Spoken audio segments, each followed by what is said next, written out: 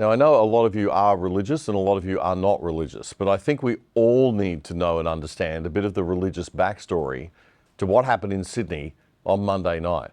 Because I don't know about you, but I was watching the TV trying to work out who's who and why and what the heck was going on. Bishop Mari Emmanuel is the leader of the Assyrian Christian Orthodox Church for Australia and New Zealand.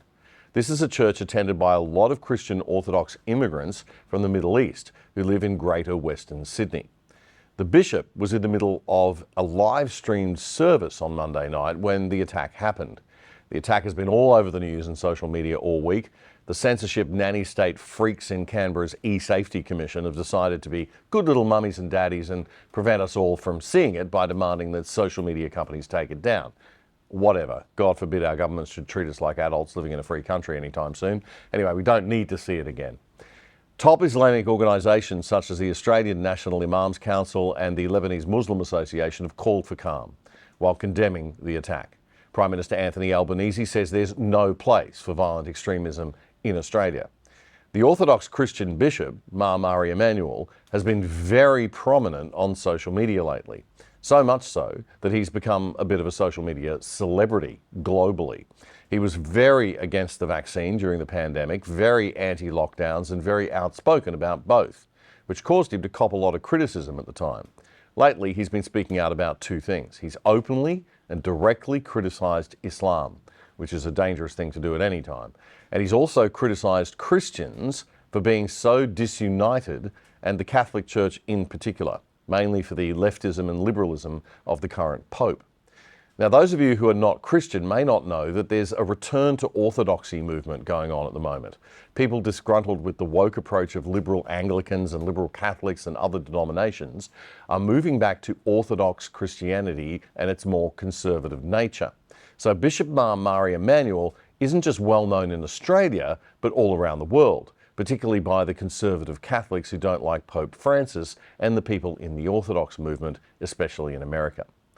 Here's what the bishop said in a recent video about Islam. You go to the Islamic faith, they will tell you two things, or they will deny two things about Jesus Christ. Number one, he cannot be the Son of God because that's a blasphemy. God cannot have a son, you are blaspheming. That's the Islamic faith, not me. And secondly, Jesus was never crucified, but it was shown to them as if it was Jesus. In fact, they say God put Judas Iscariot on the cross instead of Jesus. So you're telling me that now I need to believe in someone coming 6 centuries or 7 centuries after the Holy Bible was documented. You want me to believe in a document that came 7 centuries after the Holy Bible. You want me to believe in someone that never saw Jesus, never lived with Jesus, never walked with Jesus, over the one who walked, lived, ate, embraced Jesus Christ every single day for 3 years and 4 months. Okay, that's stuff you'd probably expect a Christian preacher to say about Islam, I guess. But some more radical Muslims are not tolerant of people criticising their religion, as we well know. And here's what he said about modern Christianity and the landmark ruling approved by Pope Francis that Roman Catholic priests can administer blessings now to same-sex couples so long as they are not part of regular church rituals or liturgies. The ruling says such blessings would not legitimise irregular situations but be a sign that God welcomes all. The Bishop Mari is not impressed by the Pope's decree. It has caused an absolute chaos, an absolute disorientation, an absolute division within our beloved, the Catholic Church, let alone Christendom as a whole. Because to the world, we are all Christians. The world don't say, this guy's a Catholic, this guy's an Orthodox. No, we are all Christians. So they're going to say, look at the Christians, what they are doing. Now we can see within the Catholic Church, bishops going against the Pope and other bishops. Priests talking different things. One says it is okay, the other says no, it is not okay. So there is already a division within our beloved Catholic Church. The church doesn't need any more divisions, chaos, because we have enough. Okay, now, are you all right? Is everybody okay? Do we need to bring the e-safety commissioner in to give everybody a big hug? Where we can all cope with these adult views that we might disagree with vehemently? Because I disagree vehemently with some of what he said there and some of what he said about Islam and some of that stuff too. We don't have to freak out about it. We can actually disagree peacefully. That's the whole idea. Anyway, he's criticised the Muslims. He's criticised his fellow Christians, and yes, he has vocally proclaimed support for Palestinian civilians and criticised Israel's actions in Gaza. He visited Gaza with a delegation a month or so ago. So that's 3 for 3. He's criticised Muslims, Christians and Jews. He's either the craziest or maybe the sanest man on earth. Dark humour and crazy times, I apologise, but you get the point, right? He speaks his mind, he pulls no punches for anyone. So an attack on him, while completely unjustifiable, can at least be fairly easily understood how something like that could happen, right? He's controversial.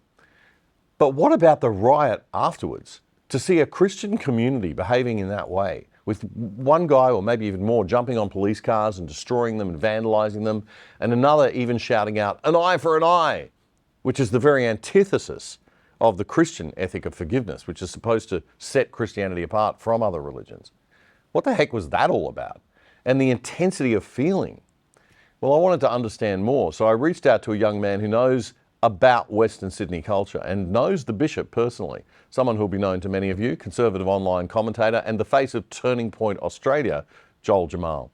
Joel lives in that area of Sydney. He's himself a Syrian, and he's an Assyrian. You'll know the difference in a moment if you don't already. And as I said, he is friends with Bishop Mari. Joel and I spoke on Tuesday, so the day after the attack, and I started by asking him, what is an Assyrian and who identifies as Assyrian, and what is this church? Yeah, sure. So look, I'm Syrian, but it can be a little bit lost on people. Assyria is a kingdom long now past, but it has a language, it has a people, it has a history. And it's sort of it's spread across like Syria, I think Iraq, and a bit of Iran. So it's kind of a large area. It's got its own language and everything.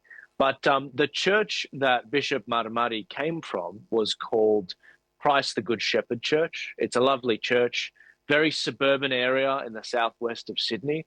And it's an area that has a very strong ethnic population of varying different Middle Eastern religions, right, but also ethnicities as well. So Joel, what's the story with the bishop? He was on the Patrick Bet-Davis podcast recently, one of the biggest podcasts in America. He's quite a big name online in certain circles, right? Oh, he's huge. He's huge. The media and the government have no idea how big this man's reach is. I mean, we're talking in the hundreds, possibly billions of views online. With regards to, it can't be reduced down to a single Facebook page. This man is clipped and then reclipped on so many different platforms out there on some of the biggest channels. Bishop Maramari is a man that is very much prominent in the community in Southwest Sydney as well, of course. That's how he started. And he's someone that live streams all of his services online, which is why we came to see the horrific image of him being stabbed. But he's very much respected in the area, very loved in the area. I personally really got close to him during the pandemic. I saw some of his speeches online. I put some of his videos up and they ended up going viral. He's one of the only priests in New South Wales during the pandemic that criticised the government. He didn't take government grants to open a jab clinic at his church, unlike many other religious institutions. He's someone that stood up against it, talked out against it, and he was very much rebuked because of it, but he stuck to his guns. And so now you can imagine a man that's respected in his community in that sense to see such a blatant attack. Right. His community had a naturally understandable, visceral reaction, which is what we saw last night. Okay, yeah. I mean, I can understand the reaction, I guess, but I sure don't condone it, I've got to tell you. And it was completely over the top. But help us to understand what sparked that reaction for those of us watching from outside. That was a very, very big group of people, mate, that descended on that church very, very quickly. I think overwhelmingly the response was out of love and protection of someone that they respect. there is a lot of existing wounds from the Middle East. You need to understand these are people that came from the Middle East, many of which knew people that were killed in religious wars, whether it was the Lebanese that had massive wars over their last 100 years, including in the 70s, where they would be slaughtered by their neighbors, whether it was in Syria, where there were many Christians that were burned alive in cages, or even Assyrians as well. Yeah, it's complicated. And the amount of people in southwestern Sydney that come from those war-torn countries, and they've come here for a better life, to raise kids, come under, build the economy, build the country, that make up the tradies of this country, and have supplied a lot of our missing skills that we have, and pay their taxes and actually contribute culturally. These are some of the strongest members of our community. And so, yeah, there is a massive tension there that's obvious between the Christians and the Muslims in the area. There's a massive ethnic population for both. But when it comes to the amount of love that was for this particular bishop and protection, I personally wanted to go to the church last night. I didn't know what to do. When I first heard the story, not only do I know the guy, but I felt compelled to go to that church. I didn't end up doing it because it's not practical. What are you going to do, Joel? Yeah. Well, I mean, I get the intensity of feeling for the bishop, right? I understand that. But this stuff has just got absolutely no place in modern Australia. The violence was disgraceful. The attack on the police was completely unacceptable. The hindering of the paramedics, man, that was just shocking. And I hope to throw the book at the perpetrators of that. I'm sure Bishop Marmari would not support what happened, and it's certainly not Christian behaviour. But these ethnic tensions from the homeland, they've got to be left in the homeland. There have been a lot of stories circulating about whether the attacker had their fingers chopped off in retaliation. I think police confirmed he'd lost a finger in the attack somehow, but haven't said exactly how. There are also stories, I understand, Joel, of possible divine intervention. I think what happened from some first eyewitnesses that were there, they say that some of the initial stabs actually hit the cross that the bishop was holding up to protect himself. And it actually almost misfired the knife mechanism. I'm not sure the name of the knife. And that's why you see during it, the attacker looked at it like, what's wrong with my knife? Why isn't it quite working? And praise God. The bishop is stable. He's doing well. He's in good spirits. But what was really moving was what happened right after that. The bishop stood up, blood coming out of his neck. He walked over to his would-be murderer and he said to him, "My son, don't be afraid. You are forgiven." And he put his hand on his head and he prayed for him. This is truly an amazing man. And to show that level of forgiveness for someone that still wanted him dead in that moment. The kid was smiling at what he had done. He was proud of what he had done. There was no empathy. And to see that was insane. Now, this is not something Bishop Marmari would ever be supportive of, nor Jesus. And what we saw after that was the police couldn't get the attacker out of the church. They were able to get Bishop Marmari and the others out. That was very easy. But they couldn't get the attacker out of the church. It was almost like a hostage situation. And when they'd finally cleared the church, when they'd finally gotten people out, outside, people were chanting to give him up, hand him over to us, essentially. They weren't sure what had happened to the bishop. And all they'd known was that there was this Muslim, a 15-year-old bloke had come and stabbed their bishop. And they were understandably very, very angry. And they started being very violent towards the police members. Which is completely unacceptable, as we've said. But you've mentioned to me earlier that the motive is not really to play out hostilities from the homeland, but to prevent those hostilities from happening here. Not sure I follow the logic of that, but I think I get your point. Can you explain that a little bit more? Well, first off, as I've mentioned before, they've come from war-torn Middle East. And they've come to this country so that they didn't have to experience anything like this. So you can be damn sure that they're not going to want to see that happen over their dead body. And they don't want to live in Australia where their bishops are attacked mid-mass, just blatantly. The other aspect is southwestern Sydney has a history. I covered this a year ago when a Belfield church had a crucifix smashed in front of it, where people from the church were being provoked to fight these LGBT pro-trans activists there. We saw a similar situation during the pandemic. The 12 LGAs of concern were in southwestern Sydney. They were targeted, whereas the eastern suburbs, like Bondi, they were open.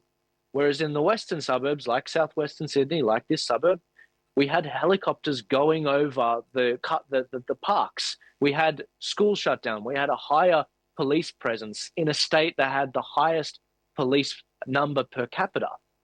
And the last aspect is this is the same people that voted against the voice and the same people that still had voice-like policies rammed over them as well. The same people that voted against same-sex marriage in 2017, and yet that it was passed anyway by their own MPs.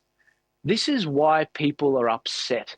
They feel like they're not being heard. They feel like the police and the politicians don't represent them, and the media class as well. This is what happens when people feel that they're unheard. It's like the pressure in a bottle. It's about to explode, but you're not releasing any of the pressure, which is through democracy, through voting, through free and fair dialogue. Not this censorship that we see online and this media gang up on a bishop who's still fighting for his life. All right, so what does being heard look like then? Like you talk about they need to be heard. What do our community leaders need to be doing? As I said, there is a political and media establishment in this country that has designed the way democracy is done at the polling booth and at the in the media, in the discussion. It's in a way that it's kind of left people out. And when I see this, I see at the right way to do democracy is at the polling booth, and it is on the free-to-air channels that we see. But instead, what we see is not the views of Western Sydney expressed on the ABC that receives $1 billion of taxpayer money, many of which comes from Western Sydney. And this is what I'm talking about. I believe in freedom of speech. I believe people should have access to it. But these people aren't really getting access to that freedom of speech and the political process in southwestern Sydney. And as a result, we're seeing that in the numbers. I mean, 20% of people in Bankstown, there's an invalid vote rate of 20%. Wow. People just aren't engaging in the political process. I mean, this is nuts. Yeah. Well, Joel, it's been good to talk. Thanks again for your insights, mate. I noticed you're on a bright, shiny new set there. Do you want to tell us about your new podcast that's launching soon? Yeah, absolutely. No, look, thanks for having me on. And yep, it's The Ark.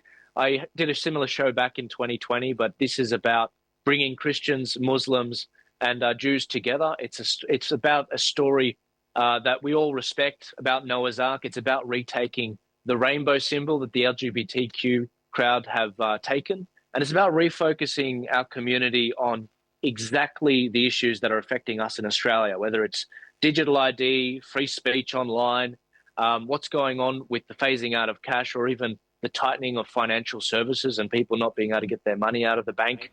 It's about refocusing Aussies on what's happening on their home soil rather than what's happening 14,000 kilometres away in a country that they can't control. Yeah, mate. That sounds like exactly what we need. And I don't think what we need is the safety commissioner coming in and saying, let's not have a discussion at all. Obviously, there's a pressure cooker thing going on. We've got to have a release valve. We need to have more dialogue, more communication, not less. And so I wish you all the best of luck with the new show, mate. Joel Jamal there from Turning Point Australia and his new podcast coming up, The Ark. If you like that content, there's a lot more where that came from on The Other Side, a weekly show we put together, a summary of all the news of the week to get you smart for the weekend without the woke. Join us, smash that subscribe button and support us, and the little bell, and you can watch a full long episode here or subscribe here.